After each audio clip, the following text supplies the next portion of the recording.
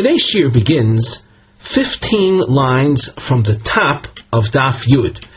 You might find it easier simply by noting the last narrow line where a brisa is introduced. You can see there is a framed section. We continue with our discussion concerning Shimshon Hagibor. We made a number of points of, we'll say, disclaimer in our previous year, and we're continuing with those, bearing in mind all the time that we're dealing with Shimshon, who was an outstanding, righteous individual, and any reference to sinful behavior on his part is simply a way of the Chazal to, we'll say, magnify an offense that for any one of us might have been considered just a common type sin. When it comes to the righteous, we tend to magnify it and analyze it, but bear that in mind as we spent a lot of time in our previous year dwelling on that, we'll say, disclaimer and introduction. Now the Gemara. Tanya, Amar Rabbi Shimon HaChosid. Rabbi Shimon HaChosid tells us that Bein Kseifav Shel Shimshon, the distance between Shimshon's shoulders, Shishim Amo Hoya. It was 60 Amo, roughly 30 meters. Issues come up, people discuss it, is this to be taken literally or not? For our purposes, we're not going to get involved with that discussion.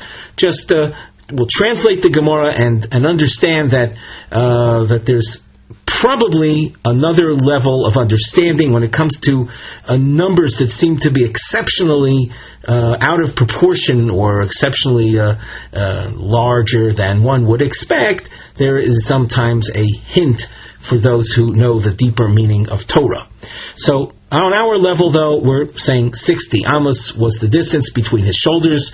Shenemar. There is a pasuk that refers to the gates of Azah. Azah was the Philistine city that we mentioned in our previous year.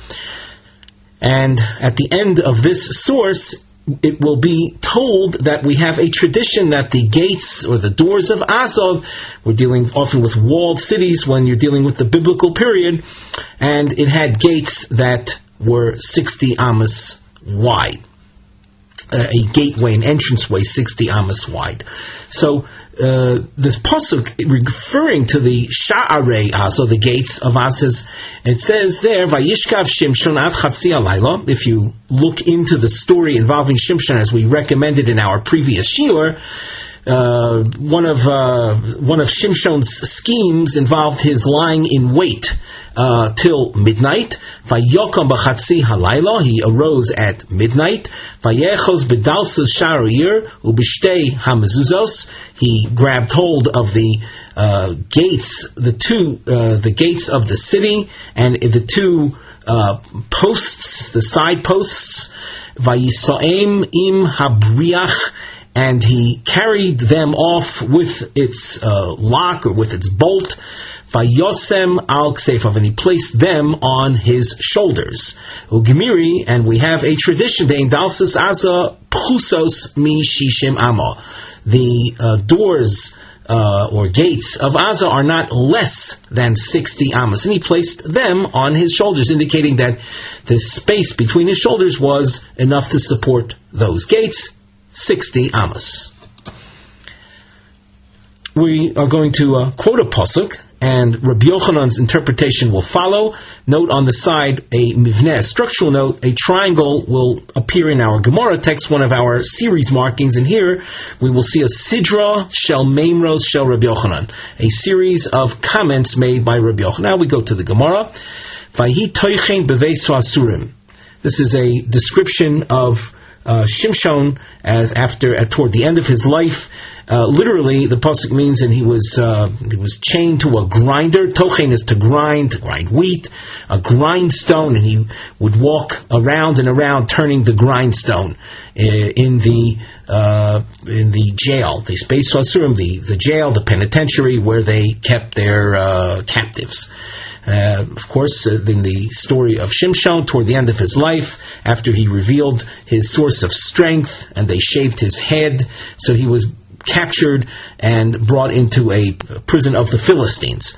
Amar Rabbi Yochanan, ain't chino el loshen avera. The word tochein, though we gave it a literal translation, it has another connotation, and it has to do with sexual intimacy. And loshen avera, if you translate that literally, it means it's a language of sin. But when you see the term avera, it's often a reference to that kind of sin, intimacy. V'chein hu omer, and a posuk indicates this. From Iyov, it says Titchan li'acher ishti. That's a posuk in Iyov. Melamed shekol echad ve'echad hevi lo es ishto.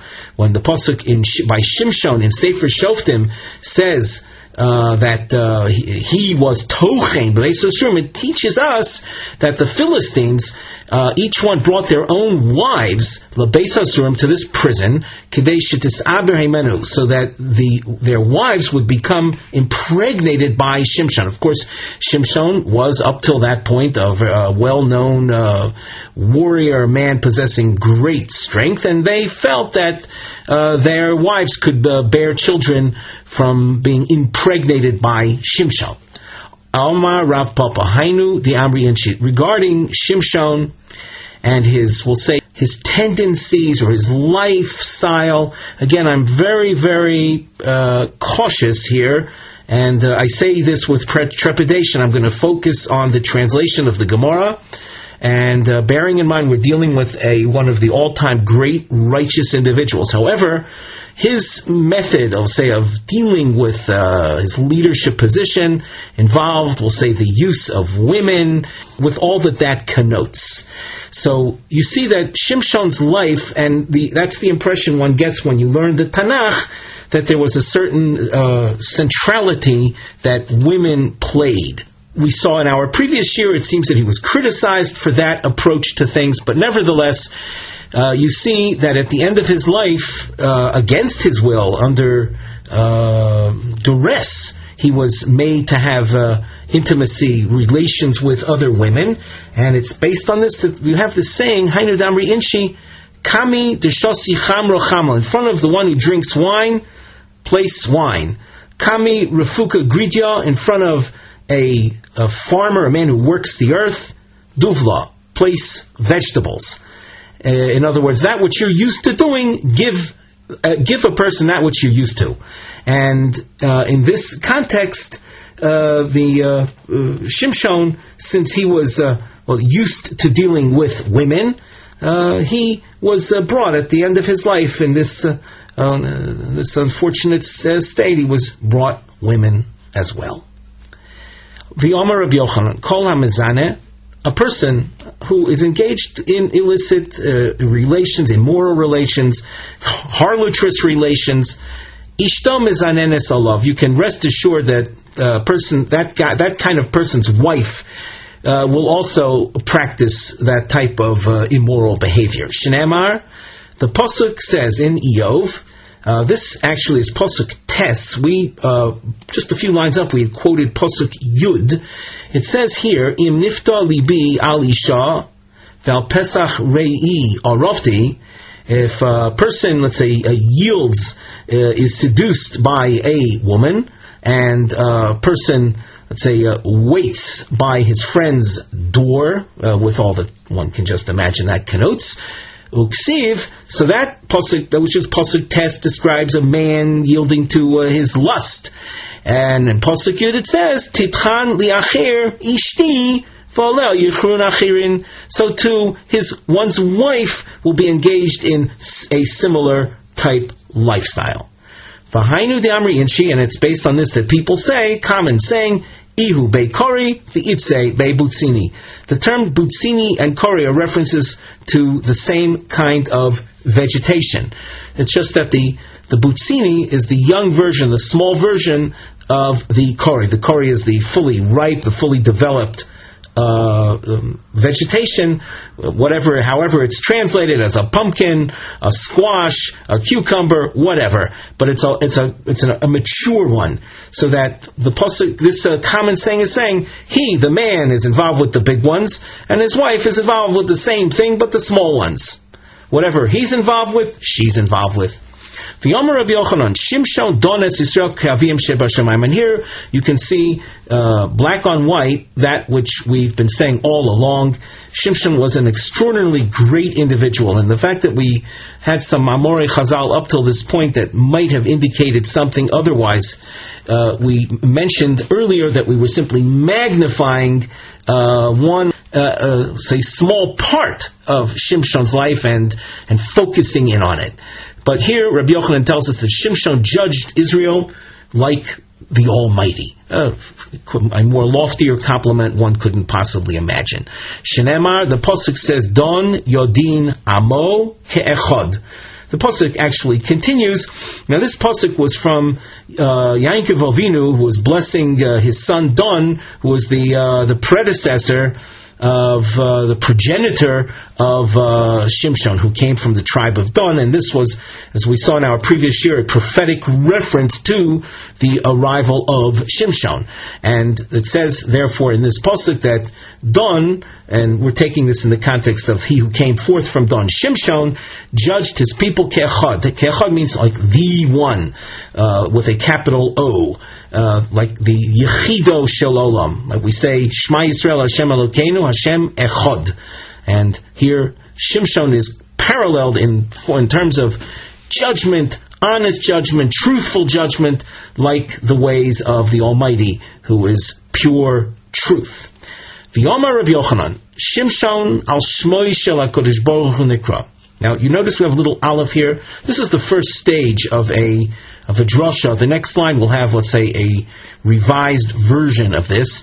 But Rabbi Yochanan tells us that Shimshon, his name is based on the name of God. And at this point, the thinking is that it's literally one of the names of the Almighty.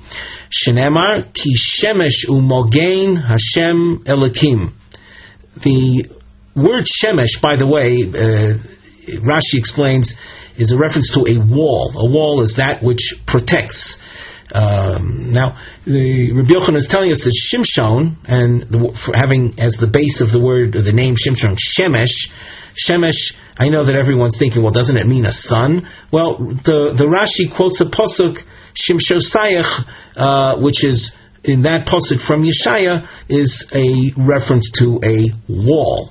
So, the name Shimshon in this pasuk is hinted to ki shemesh umogein Hashem Elokim. So you see that it's juxtaposed with the Almighty.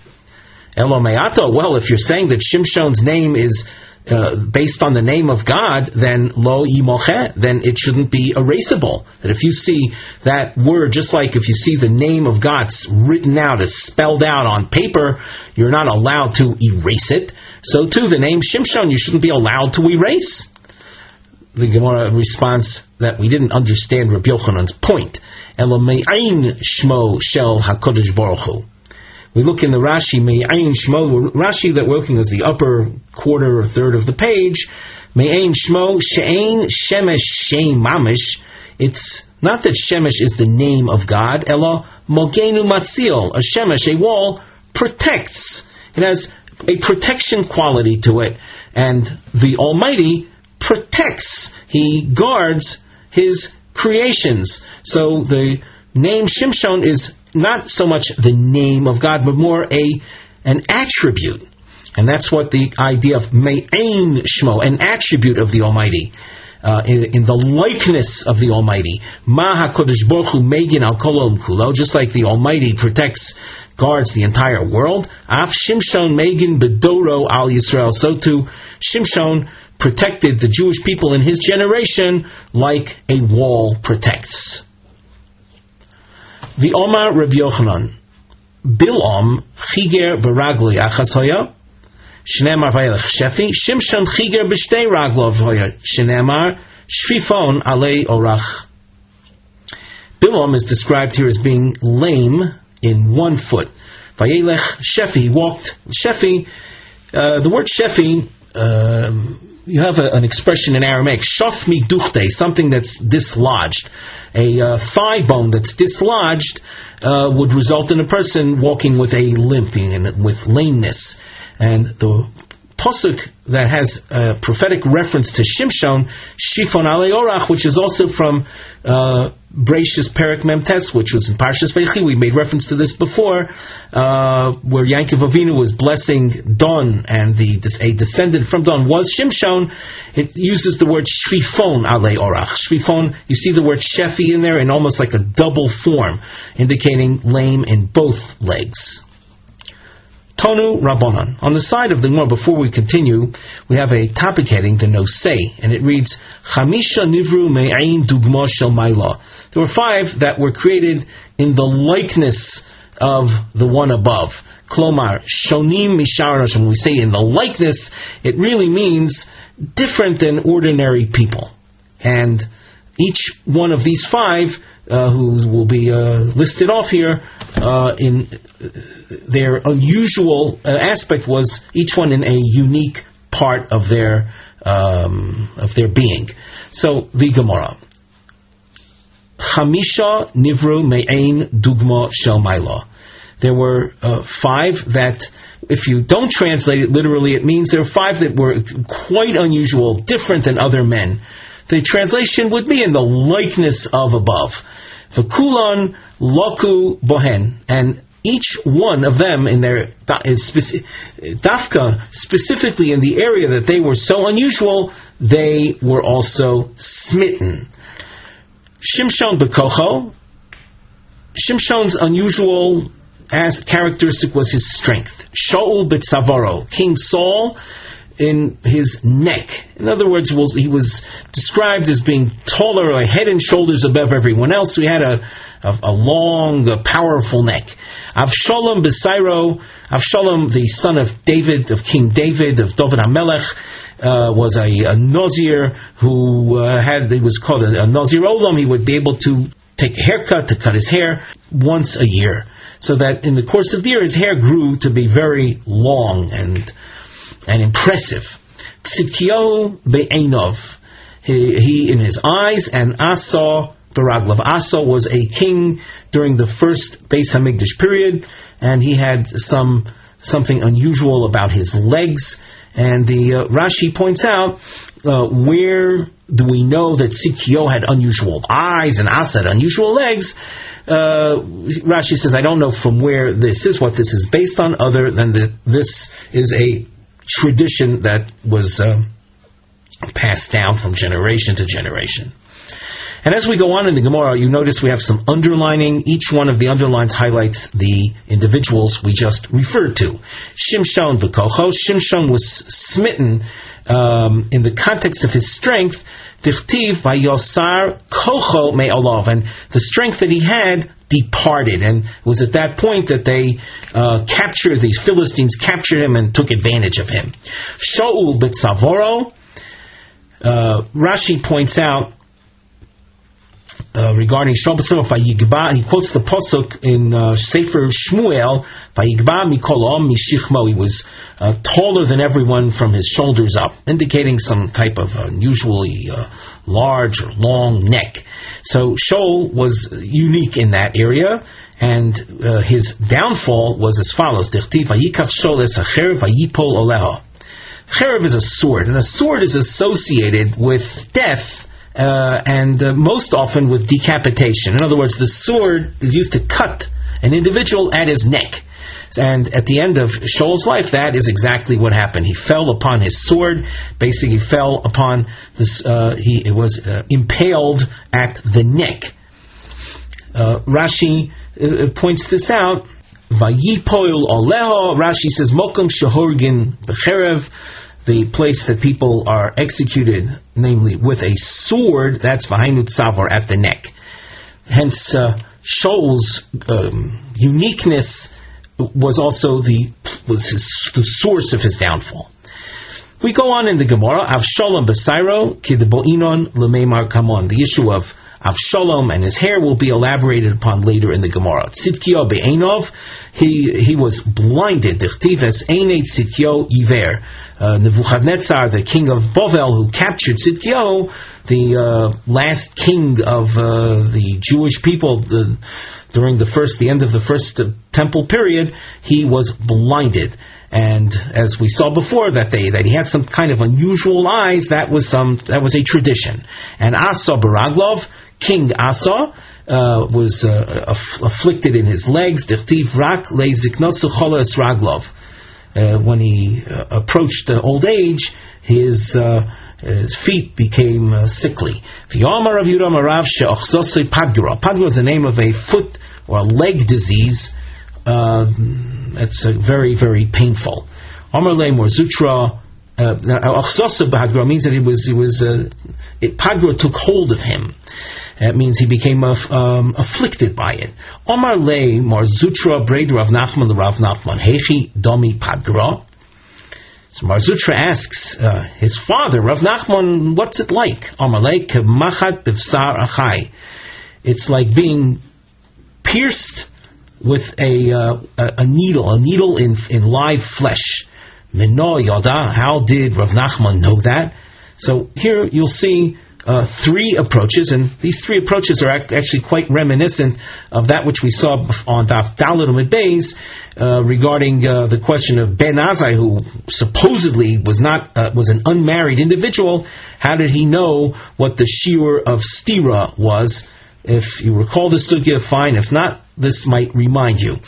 So the question here is, how did Rav Nachman know what Padgura was like? Some say Mechish Havechosh Bey. He himself suffered from it. Some say Rabbe Shomale, that he had a tradition from his teacher. Sod Hashem Lirov V'Risoy Lohidiam. The secrets of God, the knowledge of things, even those items or those experiences that one himself didn't experience, can be known to whom? Lirei of, to those that are God-fearing. And this phenomenon of great rabbinic figures being familiar with all aspects of life, and you wonder where do they know those things from? It could very well be based on this pasuk that the secrets of Hashem are revealed to those that fear Him. Dorash Rova, Mipnei Ma Nenash Asa. Asa was a pious king. And here the Gemara is asking, why was he punished? Why did he suffer? Mipnei Sha'asan Garya B'Tamidei Chachamim. One mistake that he made was that in assembling a royal workforce, people that would work for the king, was called Avodas HaMelech. That's the term Angaria. People that were drafted to work for the king. He drafted the Talmudic sages as well, the Torah sages as well, the Talmidei Chachamim. And that's something he should not have done. Leave the Talmidei Chachamim alone. Shenemar v'amelech aso yishmias kol Yehuda ein noki. And the king Asa had summoned all of Judea. Ein noki. My ein noki. What does that mean? Ein noki. Ein noki means no one was left free. What does that mean? Amar Rav Yehuda Marav afilu chosan mechadru v'kala mechupaso. Even a newlywed couple, the chosan, the groom, and the kala, the bride, from her chuppah. Chuppah is an expression that refers to, for our purposes, newlywed. They would be sought out for the angaria, and the note on the side says v'chol shikein talmidei chachamim. And if he was taking the chosan and kala newlywed couples to his workforce, all the more so he did that to talmidei chachamim, and that was a mistake. He shouldn't have done that. This questionable type behavior, by the way, of someone who's also angaria b'simach chachamim, you find a reference to this also when it came to Avram Avinu. Ksiv, the pasuk says, "Vayered Shimshon Timnasa." Timnah is the name of a city, and Timnasa means toward Timnah. So, in order to get to Timnah, you have to descend, according to this pasuk. Shimshon descended to reach Timnah. Ksiv. And another pasuk that's not referring to Shimshon but is referring to the same place is a pasuk that you find by Tamar and Yehuda. It's worth looking into the Chumash, and we highly recommend doing so, to go over chapter Lamed Ches, Perek Lamed Ches in Sefer Bereshis, to prepare you for this upcoming section of Gemara. And it says in there, and we're not going to go over the entire storyline involving Yehuda and Tamar, but and we're working with the assumption that you took our advice and familiarized yourself with Perek Lamed Ches. So it says there that Tamar was informed that her father-in-law, namely Yehuda, Hine Chamich, your father, Oile Timnasa, is rising to Timnah. That would indicate that Timnah was accessible by ascending a hilly or mountainous area in order to reach it. Omar Rebbe Ozer.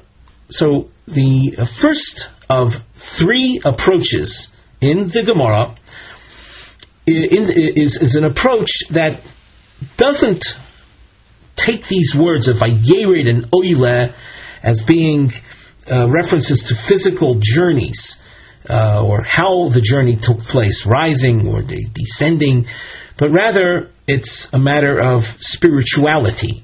And he explains, Amar Rebbe Ozer, Shimshon shenizganeba, Shimshon, who was, we'll say, depreciated or defamed in what he was doing in Timnah. If we look in Rashi, shenizganeba shenosam ibnois plishtim asuraslo, he went to Timnah to find a female mate from the Philistine women that are essentially forbidden to him. So he lost his dignity was lowered. That's nisgane, and hence lowered. So ksiv be yerida, the word yerida, the verb form of descent, is used with Shimshon's approach to Timnah. It was like the beginning of his downfall. And Yehuda shenis aleba, Yehuda, who rose from that event. Now, he eventually, in the story, you can see that he had intimacy with a woman that turned out to be his daughter-in-law, but from that, the children Peretz and Zerach were born, and from Peretz, from them, there came forth eventually the kings and prophets of the Jewish people. So it was a rising for Yehuda. So, and that's what the Gemara says here, that Yehuda shenis alaba, Yehuda that was raised through the event in Timnah, ksiv bei aliyah, the term rising is used. A second approach, Rav Shmuel bar Nachmani Omar, shtei timnoi soyu. There were two Timnas. HaRav Yehuda, one was accessed by descending toward it, the HaRav Yehonasan, the other Timna was accessed by rising toward it. Rav Papa Omar Chada Timna Avoy. Rav Papa says there was only one Timna, and it was located on a mountain slope. If you're coming from the top of the mountain, so you would be descending to reach Timnah. And if you were approaching it from the lower point on the mountain, from the base of the mountain, you would rise to reach it. Kagon. And here, three locations are mentioned where that is their relative positioning. One high, one middle, one low. And they were known to the Chachmei Talmud, and hence they're cited as an example. They're Vardunya, Ubeibori, Veshuka Denarish. We're continuing now with the Yehuda and Tamar story. It says that Tamar sat bepesach einayim. We have here a double underline, one of our series markings, and you can see on the side we've indicated under the Mivneh heading Gimel Pirushim, three explanations le'einayim b'posav atesha pesach einayim, trying to explain this word einayim. Of course, everyone understands on a literal translation it has to do with eyes. What does it mean that she sat b'pesach einayim? So Amar Rabbi Alexander, first approach, Melamed Sholcha v'yoshvela b'pischoi shel Avram Avinu, that she positioned herself at the entrance of the home of where Avram Avinu had lived. Mokom, what was significant about where Avram Avinu lived? Mokom shkol einayim tzoifos liroisai. It's a place that all eyes are upon, wanting to see it. What do we mean by wanting to see it? So Rashi says a couple lines up from here, Mitzapos liroisai shahayu regil miskabel sham. People were accustomed to frequenting Avram's domicile. It actually served as a type of inn, as we'll see a little later in the Gemara, and they would go there to be received there, v'lalun, and rest there, v'hoya choviv aleim, and it was something that people enjoyed. So she went there. So the word Pesach Einayim is a reference to the place that everyone liked to see, namely Avram Avinu's house. Number 2, Rav Chonon Omarav Mokoim Hu Shishmo Einayim. It's simply the name of a place. So she sat at the entrance of the place called Einayim. V'cheinu Omer Tapuach v'Einom. So you see, there's this pasuk quoted from Yeshaya quotes places. Tapuach is a place, and Einom is a place. Reb Shmuel bar Nachmani Omer shenosno Einayim lidvorah keshetovah. Reb Shmuel bar Nachmani tells us a totally different approach, and that it has nothing to do with a location, but she explained, responded to all the questions, the interrogation that she underwent by Yehuda before he had the act of intimacy with her.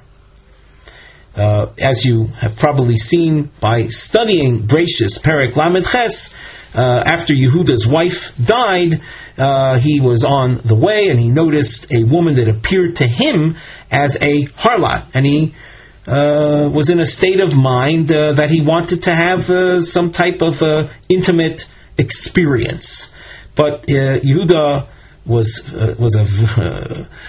a frivolous individual, and he wasn't going to have a harlotrous experience with just any woman that came along. So he asked a number of questions beforehand, and through his interrogation and her responses, so then he went ahead with the intimacy.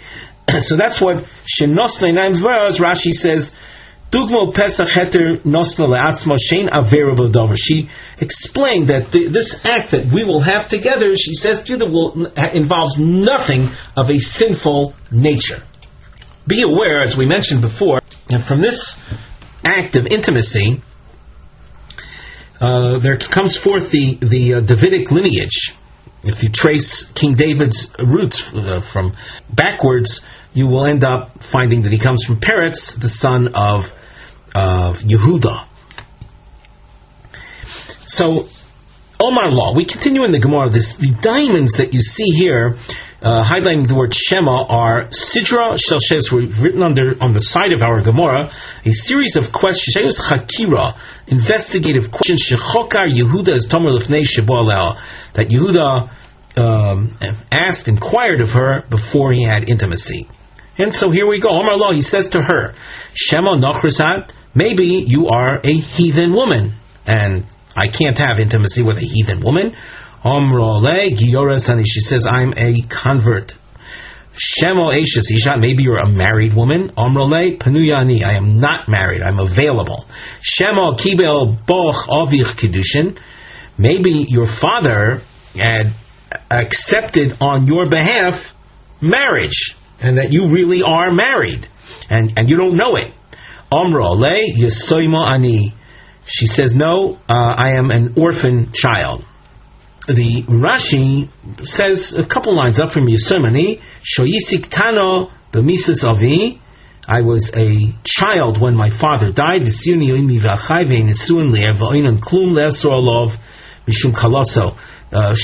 had in fact been married off, but by her mother or her brother, and that doesn't have a legally binding marital status. So, in effect, she was never really married to Er V'Onan, who were Yehuda's sons. So that if she wasn't really married to them, because her marriage to them was orchestrated by her mother or brother, she is therefore not legally considered the daughter-in-law of Yehuda, and therefore there's no prohibition in Yehuda being with her on the grounds that she had been married to Yehuda's sons. Well, we go back to the Gemara. Shemo Tamea'at, Yehuda says to her, maybe you are in a state of ritual impurity. A woman every month, under normal circumstances, has a female cycle, the menstrual cycle, that makes her into a nida, and as such she would be prohibited in intimacy. Omra le, she responds and says, Tahoira ani, I am not defiled. I am tahor, I am pure. You notice that we have a bracketed section, and the starred note appears on the side, Achrei hasograim hemshich inyan shel tomar. After the bracketed section, and in your marked Gemaras, you will notice this will take you to the 7th line from the top of Amud Beis. There will pick up with Yehuda and Tomar. In the meantime, reference is made to Avram Avinu and his hospitality, and this is most likely because just a few lines up we made reference to Tamar sitting by Pesach Einayim, and that was according to Alexander, the first of the series, 3 answers that were double underlined was Bepischoi Shel Avram. So with that, we'll say backdrop. The Gemara continues in the brackets dealing with Avram Avinu and his hospitality. Vayita Eshel Bever Sheva. That's a pasuk. He was notea, and here we can't translate the words because the translation itself is subject to 2 opinions in the Gemara. Omar Reish Lakish Melamed also Pardes V'nota Boy Kol Mine Megodim. From this pasuk, Reish Lakish concludes. Reish Lakish was an Amora. We're going to see a Tanaic controversy. It seems that Reish Lakish is accepting one of the 2 opinions that we'll see very shortly. Reish Lakish says that he planted an orchard and many types of trees producing different fruits, we call them delicacies, grew there. And of course that's what Avram Avinu offered to the public. Rabbi Yehuda, Rabbi Nechemia, these are most likely 2 Tanoim. Chadamar Pardes, v'chadamar Pundak. One says that Vayita Eshel, the pasuk is referring to his planting of an orchard, and v'chadamar, the other one, we have Rabbi Yehuda and Rabbi Nechemia. The other one says Pundak. Pundak means he built a structure, an inn. A Pundak is an inn. The Rashi, second line from the bottom, Pundak lalun shomor, for people to sleep there. Veloshim Eshel, the pasuk is Vayita Eshel. That word Eshel, no trikonhu, it's really an abbreviation.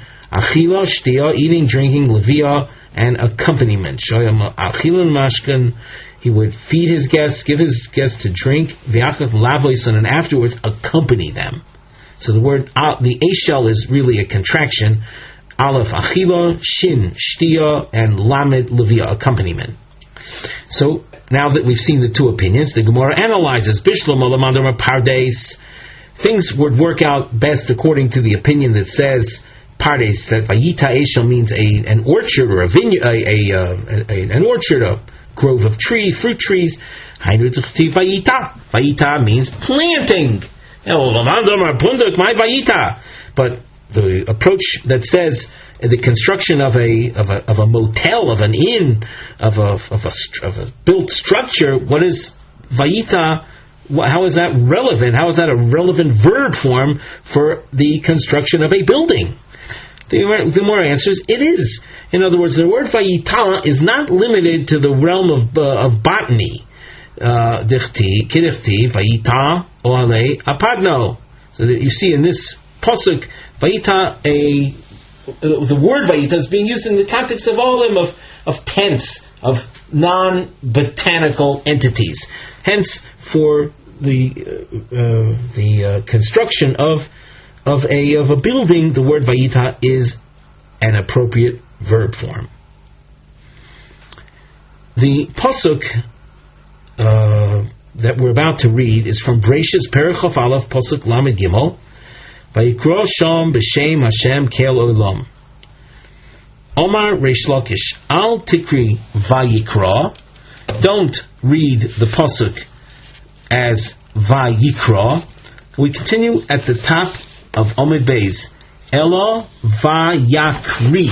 We should point out that this pasuk is simply the continuation of Vayita Eshel Bever Sheva, where Avram Avinu prepared the Eshel in Beersheba, and he was Vayikro Sham B'Shem Hashem Ke'el Olam. Reish Lakish is telling us, don't read it as he called out the name of God, but rather Vayakri. We're at the top of Amud Beis. Vayakri means he caused others. Malamed Shehikri Avram Avinu L'Shmo Shel HaKadosh Baruch Hu B'Feh Kol Oiver V'Shav. He caused, it's a causative verb form. He caused all the Oiver V'Shav, the wayfarers, the passers-by that stopped by his place, to acknowledge and proclaim the name of God. Ketzad, how did he do that? How did he accomplish that? After the wayfarers ate and drank, Amdu levorcho, they arose to thank their host, to thank Avram Avinu.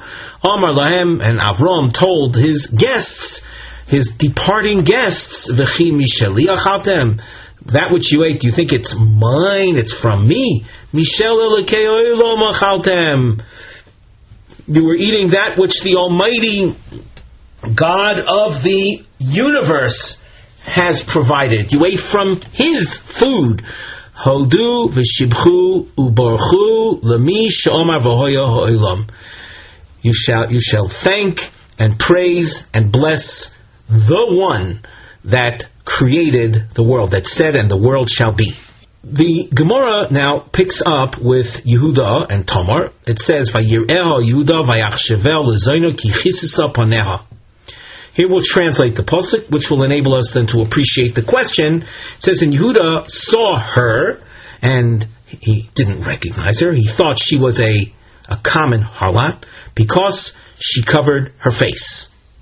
So the Gemara asks, Mishum de kissa panea chashva lezona, because a woman has a covered face, that's why you think she's a harlot. What's the connection? On the side of the Gemara, we have a topic heading which encapsulates the point of this Gemara. Schar tzniusa shel Tamar, the reward for the modesty of Tamar. Yotzu mimena neviim u'malachim, there came forth from her prophets and kings. So we go back to our question. What does the pasuk mean when it says that when Yehuda noticed her, he saw a woman with her face covered, and that's what led him to think that she's a harlot? Amar Rav Ozer. Rav Ozer explains he didn't recognize her as his daughter-in-law, and as such, and that was a result of shekista ponel beveis chamia. She lived in such modesty that even when she was in the house of her father-in-law, her face was covered. So Yehuda never really recognized her. So that on the road, when he chanced upon her, she wasn't there necessarily with a covered face. She was there exposed. But Yehuda himself didn't recognize her, because when she was living visiting or living in the house of Yehuda with Yehuda's son, to whom she was married, she lived a very modest, tsanua lifestyle, thereby not enabling Yehuda to ever actually recognize her. The Gemara goes on with this point. It makes a long point. That's why we have a long nekuda point marking. The Yomar Rav Shmuel bar Nachmeni, Yomar Rav Yehonasan, Kol kala shitznua beveis chamia, any daughter-in-law that exercises modesty in the house of her father-in-law, zoicha v'yoytz mimena malachim u'neviim, she merits having come forth from her kings and prophets. Minolan, what's the basis? From where do we know that? Mi Tamar. From the story involving Tamar, Nevi'im. How do we know that these came forth from Tamar, that prophets and kings came forth from Tamar? Before we do that, we learn the Gemara inside. Let us point out that Tamar had twin sons. One's name was Peretz, and the other Zorah. From Peretz there came forth kings. That if you can trace the Davidic lineage.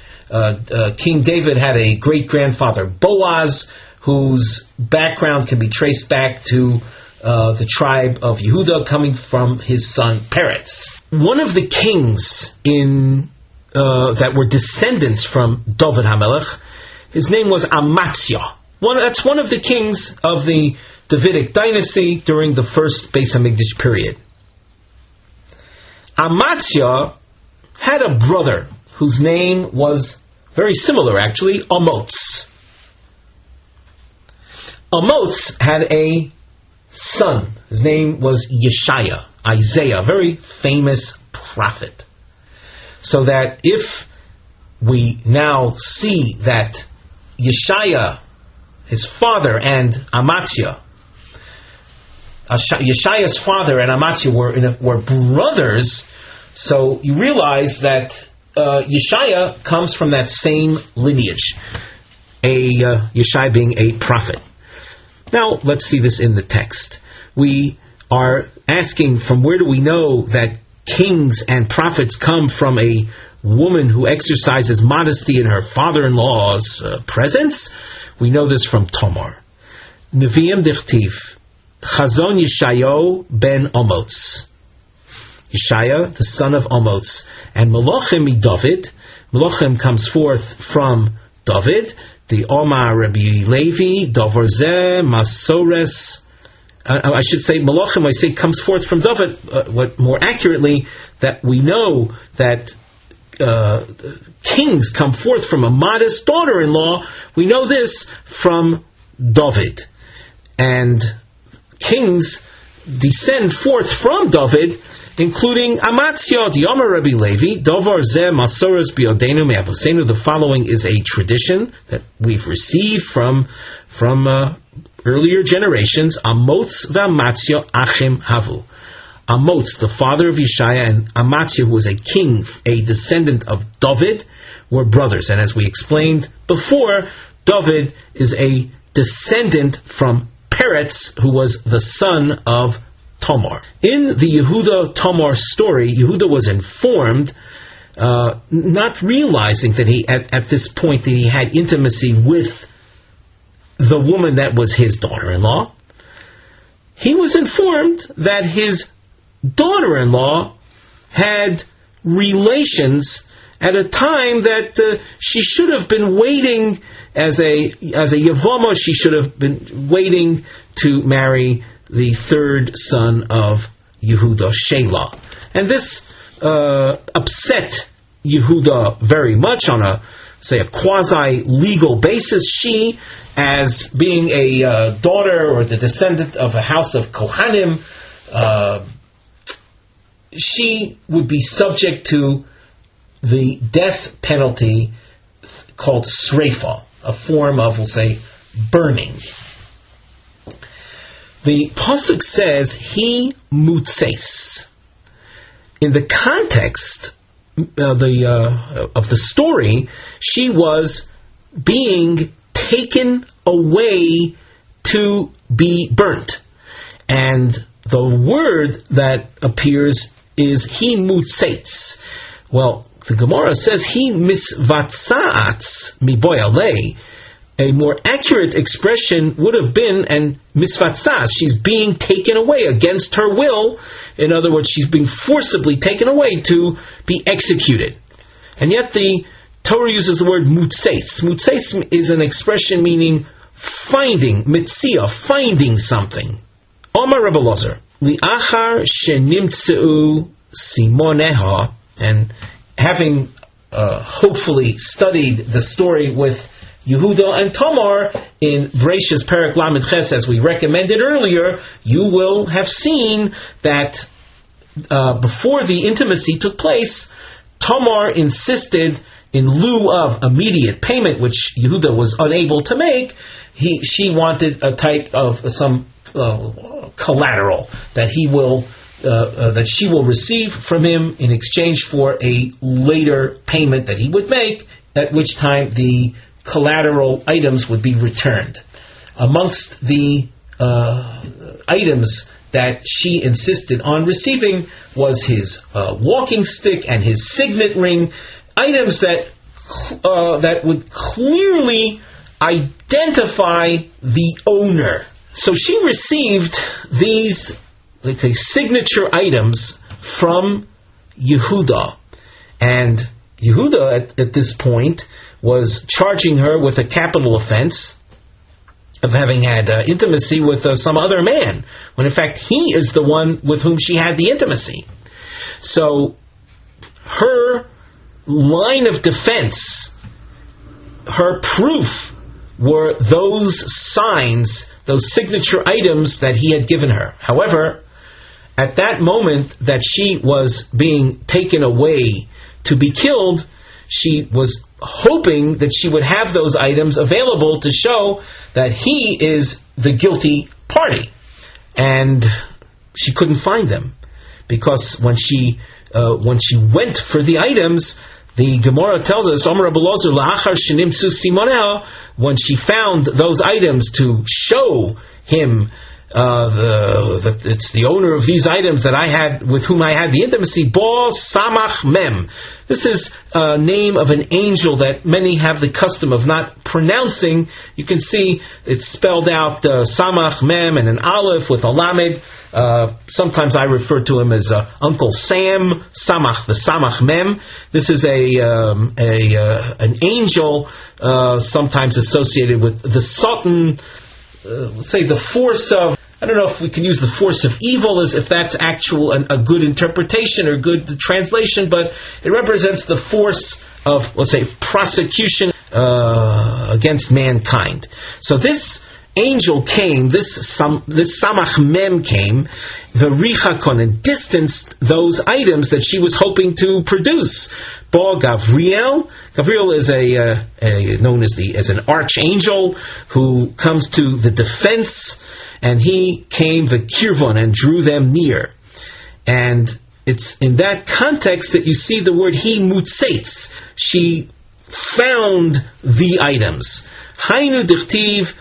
And it's based on this that the pasuk in Tehillim, Perek Nunvav, pasuk Aleph says, "Lamnatseach al yoinas elem rechoikim leDavid michtom." Omar Rav Yochanan, Misha shenisrachaku simoneo. At the moment that those signature items were distanced from her, she was at a total loss. Nasis keyoino ilema. She became like a mute dove. She had nothing to say. LeDavid michtom. In the pasuk that we just read, this expression appeared. What does LeDavid michtam mean? Sheyotza mimeno David sheyamoch v'tom lakol. The pasuk that we indicated was a remez, a hint to Tamar. Well, Tamar was the progenitor of David, who came forth from her, who was michtam. Michtam is an abbreviated expression. Moch, he was humble. Tam, he was wholesome to all in his ways. Davar acher, michtam, shohaya makosoi tama. His injury was complete. What does that mean? Shenolat shumol, he was born already circumcised. In other words, a circumcision is a makkah. It's a type of infliction, of a bruise, of a temporary injury, if you will. Well, when he was born, he was already circumcised. So Tama is something healed, so that he didn't have to go through a formal circumcision, the removal of a foreskin, and hence he's called michtam. Makosai, his injury is really complete, is healed. Dovar acher, michtam, keshem shebekatnuso, hiktin atzmoi eitzel mishegodol mimenu lilnoi Torah. Michtam indicates this attribute of humility, just like before he reigned, when Katnuso in his civilian status, his common status, when he was learning Torah, he knew how to lower himself in front of someone who was greater than he in order to learn Torah from them. Kach begadluso, the Bach Girsa adds, Hiktin atzmo eitzel mi shegodo mimenu lilmoi Torah.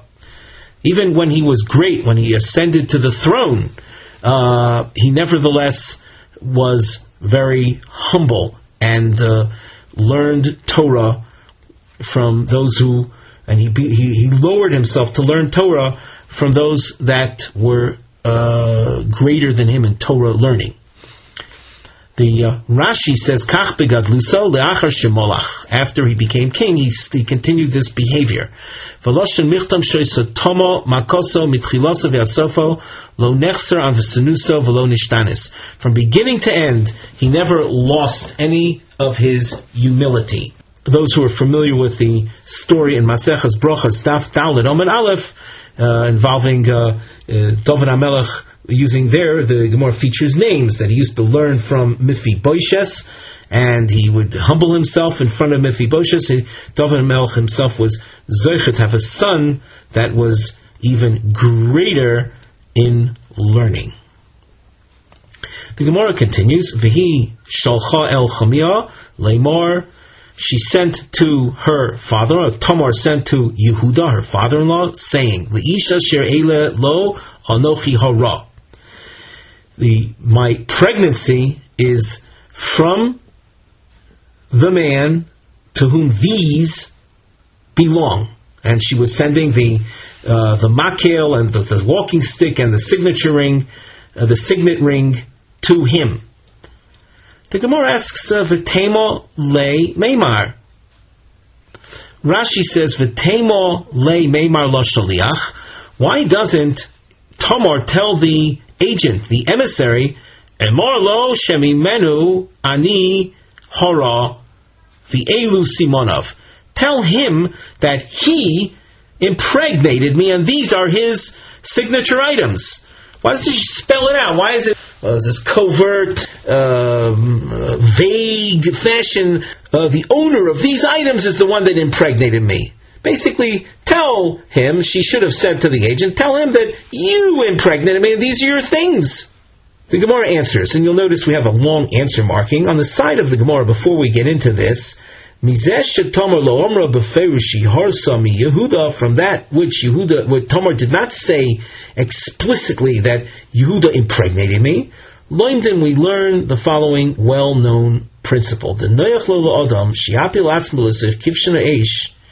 It would be preferable, it would be more fitting for a person to allow himself to be cast into a furnace, and not cause insult to someone else in public. So Tamar was on her way to be burnt, to be executed, as we indicated before. She could have simply saved herself by saying that the one that's charging me with the offense, he is the one responsible. But she didn't do that. She didn't want him, Yehuda, to be embarrassed. She was willing, if Yehuda would not have acknowledged, then she would have been taken off to be burnt. And all that just to save his embarrassment. The Gemara. Omar Rav Zutra Bar Tuvi Omar Ravi. Who have a few lines of names here. V'amri Law Omar Rav Chona Bar Bizna Omar Rav Shimon Chasida. V'amri Law. Other version of names is Omar Rabbi Yochanan Mishum Rabbi Shimon Ben Yochai Noyach Loi L'Odom. It's more comfortable, more fitting for a person Shiapil Atzmo L'Sekivshan Eish to jump into a furnace, a fiery furnace, V'al Yalbin Penei Chaveru Barabim, and not result in the embarrassment of his fellow man in public. Minolon, from where do we know that? Mi Tamar. We see that from this very story involving Tamar and her reluctance to spell out, to specify Yehuda as being the source of her pregnancy by name. Tamar, in presenting the signature items, she says, Hakerna, would you kindly recognize this? Amarav Chama Bar Chanei Rabbi Chanina. The use of these words, putting Yehuda on notice, Bahaker Biser Laviv, Bahaker Bisruhu. He himself used the term Haker, which actually was the source of great pain for his father, for Jacob, for Yaakov Avinu, in the story involving the sale of Yosef to Mitzrayim. And here the relevant psukim are quoted. Bahakir Biser, he, Yehuda, informed his father, Yaakov Avinu, saying, Haker no Haksonis bin Chahi, do you recognize this as being the tunic, the garment of your son, the famous Ksoinos HaPasim, was drenched in blood, and Yehuda was the one that said to Yankov, do you recognize this as your son's garment? And of course that caused Yankov Avinu great pain for many years. And Bahaker Bisruhu, well, he received it in return, the same use of the same phrase that caused Yehuda to be put on notice, which she said to him, Haker no lemi hachoisemes v'apsilim v'amate ho'ele. Do you recognize who the owner of this signature ring and this staff are? No, she said, Haker no, ein no elo loshon bakosha. So, an expression indicating beseeching. Omra le bevakosha mimcha. She pleads with him. Tomar pleads with Yehuda. Haker penei boracha v'altalim einecho mimeni. Acknowledge your Creator and don't hide your eyes from me. In other words, recognize the truth. Vayak Yehuda vayomer tzodka mimeni. And Yehuda did acknowledge. He recognized the items, and he says that she is correct. She is the righteous one. And Rashi on Chumash says mimeni means that it's from me, in fact, that she was impregnated. Hainu Diom Rav Chonin Bar Bizna Rav Shimon Chasida, and it's with this story in mind that Rav Shimon Chasida tells us Yosef Shekidei Shem Shemai B'Seiser, Yosef, who was responsible for the sanctification of God's name, but through a private matter. Zocha v'hosifu lo ois achas mishmoi shel HaKadosh Baruch Hu. His name was expanded by adding one letter, the letter Hey, of God's name. Dichtiv Eidus b'Yehosef Somoy. Yehuda Shekidei Shem Shema Farhesia. Now, maybe just a word about Yosef. Yosef, in private, I'm sure you're familiar with the story of the wife of Potiphar, the house in which he was employed after he was sold to Mitzrayim.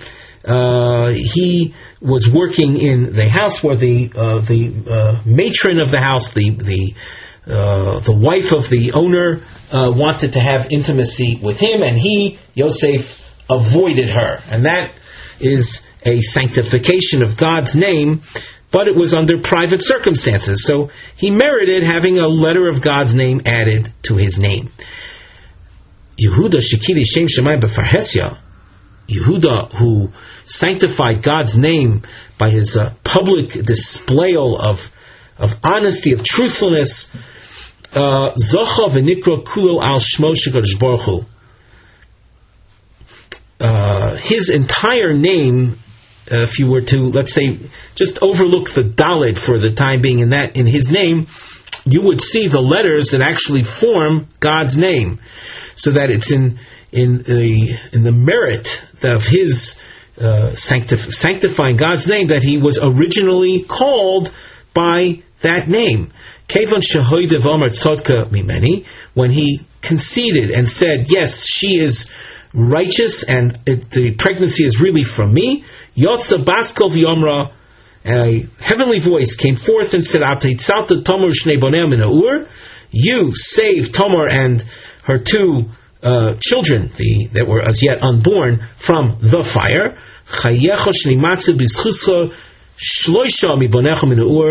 I, the heavenly voice, proclaims, the Almighty says, I will save 3 of your descendants from the fire. Maninu, and who are the 3 descendants that were saved from the fire? Hananiah, Mishoel, Vazariah. 3 very famous individuals in the time of the Babylonian exile that were thrown into a fiery furnace and walked out of there unscathed.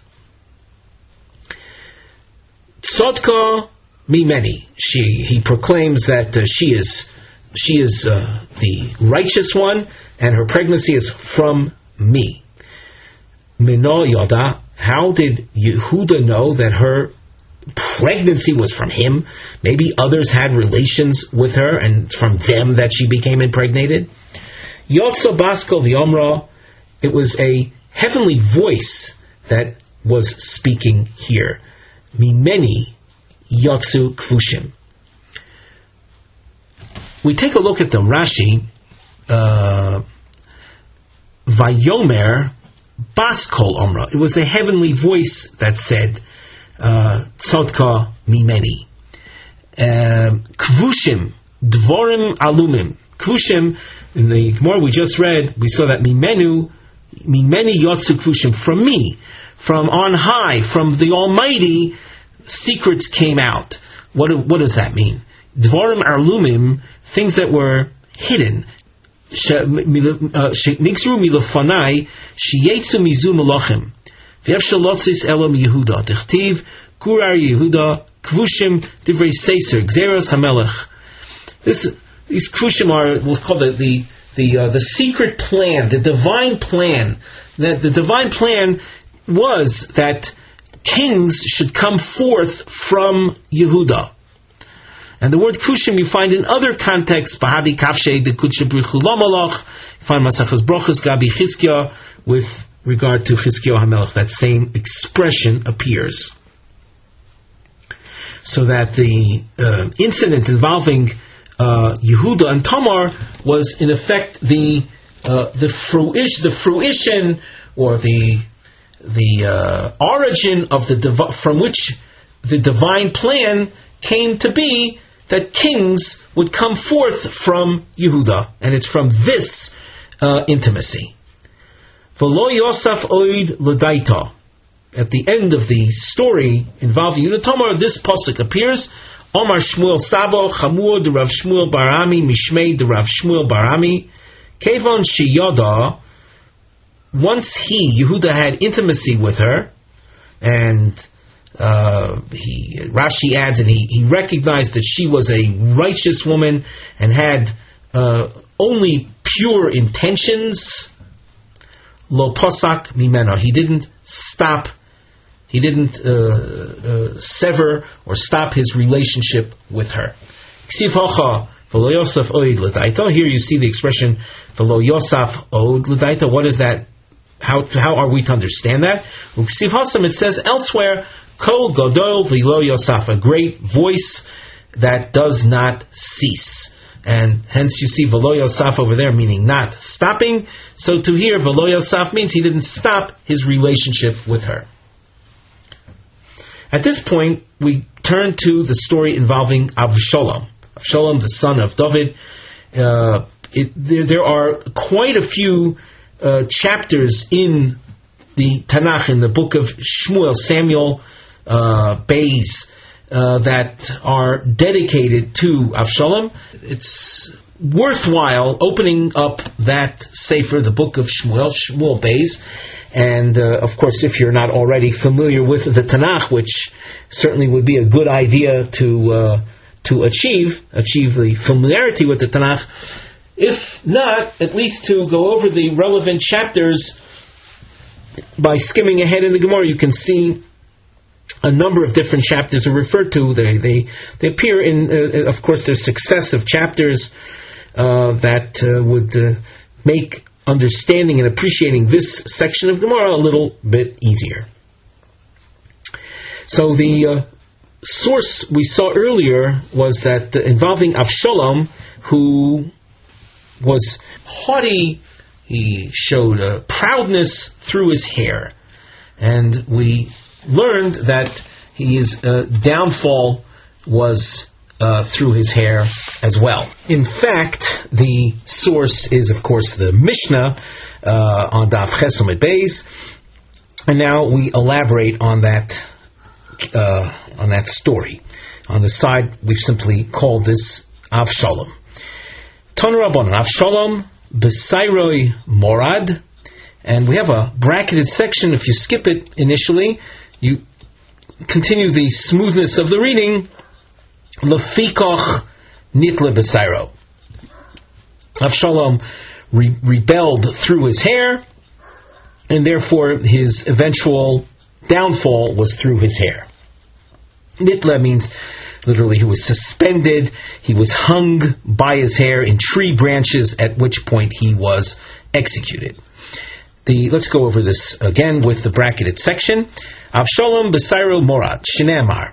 And here, this is from Perek Yudalit in Shmuel Beis, where you have, we'll say, the beginning of the rebellion of Avshalom. And it says, Avshalom lohoya ish yafeh. There was no one as attractive, as handsome as Avshalom. Ubegilcha is roshoi. And we mentioned earlier that he had been a Nazir, and he would shave his head once every 12 months. When miketz yomim liyomim ashiyagalach ki choved olov v'gilchoi v'shokal esayir roishoi musayim shkolim be'evan hamelech. When he would take the haircut, the annual haircut, as a result of the hair becoming very heavy, his hair was shaved, and it weighed this amount. It's mosayim shkolim be'evan hamelech. It's a form of measure of weight. Tona evan she'anshe Teveria vanshi tzipori shoyklim. But this evan hamelech that the pasuk refers to is more commonly known as the stone by which people in Teveria and Tzipori, which is the name of a place, would weigh things. There was a known weight. Lefikach nitla besairo, since his initial rebellion was through his hair, his downfall is through his hair. Shenemar, the pasuk says, Vayikorei Avshalom lifnei avdei David. Avshalom was summoned by the servants of David. Avshalom rochev al hapered, and he was riding on a mule. Vayovoi hapered tachas shovech ho'ela hagadoila, and as they were riding, it went under a branch of this kind of tree, an ela tree, and vayechsak roishoi ba'ela, and his head got entangled in this branch. Vayutan bein hashemayim bein haaretz v'hapered asher tachtov avar, and he was entangled in the branches, and the mule that was under him, he was riding upon the mule, it kept walking, leaving him dangling in the branch. Shokal safsira bal lemifsikei. Avshalom took out his sword. Safsir is a sword with the intent of cutting himself free. Tana debei Rabbi Yishmael ba'isa shah. At that moment that he wanted to extricate himself, to free himself, Ra Gehenim Nivka Mitachtov, he saw purgatory open up from under him. So it wouldn't be worth his while releasing himself and falling right into purgatory. Vayirgaz HaMelech Vayal Al Aliyas Ashar Vayef. This pasuk from Perek Yud-Tes is when David HaMelech is informed of Avshalom's demise. So he David HaMelech he goes up to a rooftop above, on top of a gate, Vayef, and he cries, V'ko amar b'lechtoi, and thusly he said as he was going, B'ni, Avshalom, B'ni, Avshalom, Mitein, Moisi, Ani, Tachtecha, Avshalom, B'ni. And in Pasuk Hey, we just read Pasuk Aleph, where David was crying over his son, saying that if only I were taken instead of you. V'amelech lo'at es ponov, and the king covered his face. Vayizak hamelech kol gadol b'ni Avshalom, Avshalom b'ni. And you can see we've used some numbering here, and you notice there were 8 references to Avshalom as being his son. Hani, Tamni, Zimni, Beni, Lomali. What is the reason for the 8 times Beni appears? Why did David say Beni 8 times? Shiva di aske mishiva medure gehenim. 7 cries of Beni were prayers to have Avshalom, his son, rise from the depths of purgatory, from the 7 levels of purgatory. So by saying Beni 7 of those 8 times, he caused him to rise up from those 7 levels. So at this point, then he's out of Gehenna. V'idach, the 8th. What's the reason for the 8th reference? Ika diamri dekorev reishe legabi gufei, to enable his severed head to draw onto his body. The Ika diamri the aise li alma to asi, that through this 8th reference to his son as Bini, David HaMelech enabled him, Avshalom, to get into the world to come. Ve'Avshalom lokach vayatzev loi b'chayav. My lokach says that Avshalom had taken. What did he take? Amar Reish Lakish shelokach mekach ra liatzmo. He took a bad deal for himself. The whole scheme to rebel and try to usurp the monarchy ended up in his own early demise. That was a bad deal. The pasuk says, "Es matzeves asher be'emek hamelech." The word be'emek is featured here with a triangle on the side. We indicate this under the mivneh be'emek, be'etza amuka, where the word emek literally is a valley, but in this context it's a reference to a deep plan. And and we'll see what that means as we go on in the Gemara. Omar Reb Chanina bar Papa be'etza amuka shel malchoi shel olam. This whole tragic incident involving Avshalom was part of a divine plan. And if we look in the Rashi, be'etza amuka shel HaKodesh Baruch Hu. HaKodesh Baruch Hu is the Almighty's plan. Shu melech olam. Shegozer al David came b'maisa Bathsheba, when David had taken Bathsheba unto him as a wife. And that story is a story that we'll say presents questionable circumstances. It's not for us to say that David sinned per se, but the way in which he went about getting Bathsheba to be his wife was, as we say, questionable enough such that the Almighty felt that David HaMelech needed to be penalized, punished for that, and that was in the death of Avshalom. And that was all part of what they call the deep plan of the Almighty, and hence the word Be'emek HaMelech. And the word Rashi pointed out, HaMelech is a reference to the Almighty, who is the Melech Olam, the King of the universe. Omar Rav Chanina bar. Let us continue actually on to Omid Beis. Rav Chanina bar Papa told us that the Emek HaMelech is a reference to the deep plan. Where do you find this idea of Emek in the context of a deep plan?